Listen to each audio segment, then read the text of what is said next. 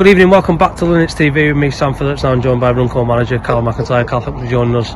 An incredible 3-1 victory in a huge game. You must be over the moon with that. Tired. That was a real end-to-end 90-minute, both sides in it contest that must have been good for the big crowd that was on.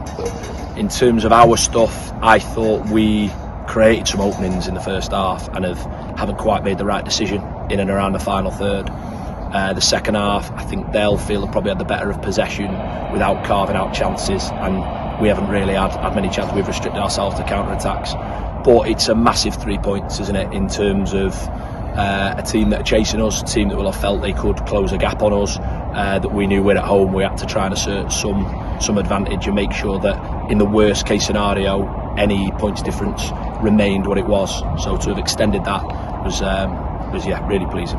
Now, a few weeks ago we talked about the defence, last week we talked about the forwards. Today, that midfield triangle, Welsh, Doyle and man of the match Lynch were outstanding. Yeah, I think you're right about Joe Lynch. Joe Lynch gets a lot of stick off me, just because I believe in how good he can be, and the level that he can play at and where he might go. So really keen to push him, and I thought he was terrific tonight. Out of possession, did what he does every week, just cover some serious ground and get about the pitch. But in possession, reliable when I don't think we were in possession. If you look at what we did tactically, when you play Bootle, you've got to be aware of their fullbacks. They'll really commit. They get a lot of bodies forward. So we realised that we had to try and deal with that, try and keep things one side of the pitch, prevent switches, but equally try and turn those moments into opportunities on the counter-attack where we might find ourselves 2v2 at the top end of the pitch. You'll be able to get a third runner coming from the midfield areas, and I thought we did that in the first half. So if you're going to try and be really clear in what you're going to put out on the pitch, you need players to play well, whether that is physically, which the output of our players tonight was phenomenal. In distance covered, metres jumped in the air, I thought they were phenomenal for that. But you need them to be really clear in the detail, and I thought we were. So a lot of work went into that performance. Players carried out roles and responsibilities really well. So we'll certainly enjoy it, for the 3 points. The one negative, James Short coming off, looked like a bit of a calf injury. Any news on that? Yeah, not really yet. Sure, he probably shouldn't have played, but it's a testament to the type of fella he is that he's come in, he's got through as long as he can. Amazed he got to an hour, and we gambled, rightly or wrongly. Thought he played really well. Not the only negative, the stuff we've got to do better.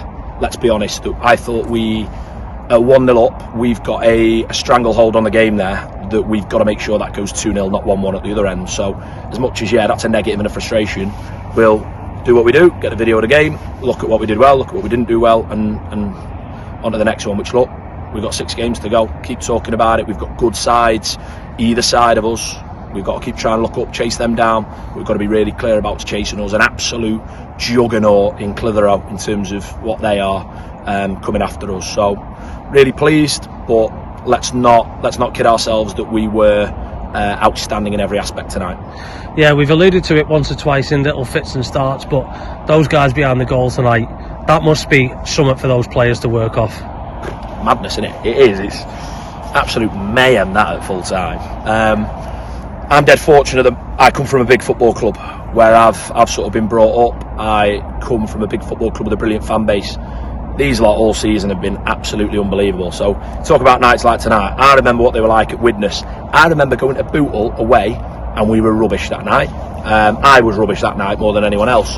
And they've roared us off the pitch going, come on to the next game.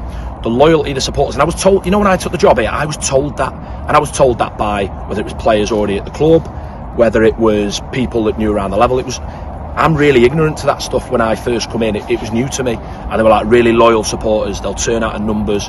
What I think they've got is a team that they can be proud of, and a team that are really proud to represent them. They've roared us over the line a couple of times. They were tremendous on Saturday.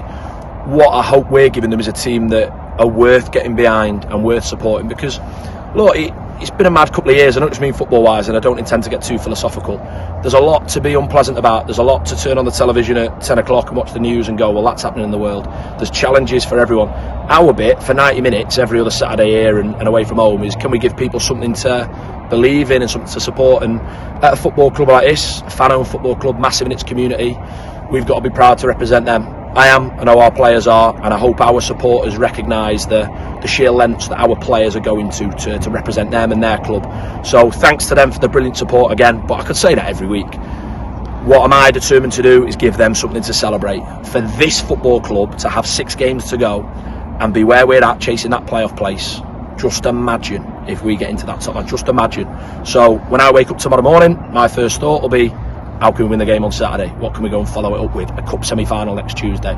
It'll be the last thing I think about before I go to bed, and then we'll roll on to Saturday's game. Perfect. Well, enjoy the rest of the week and we'll speak to you on Saturday. Brilliant. Thank you.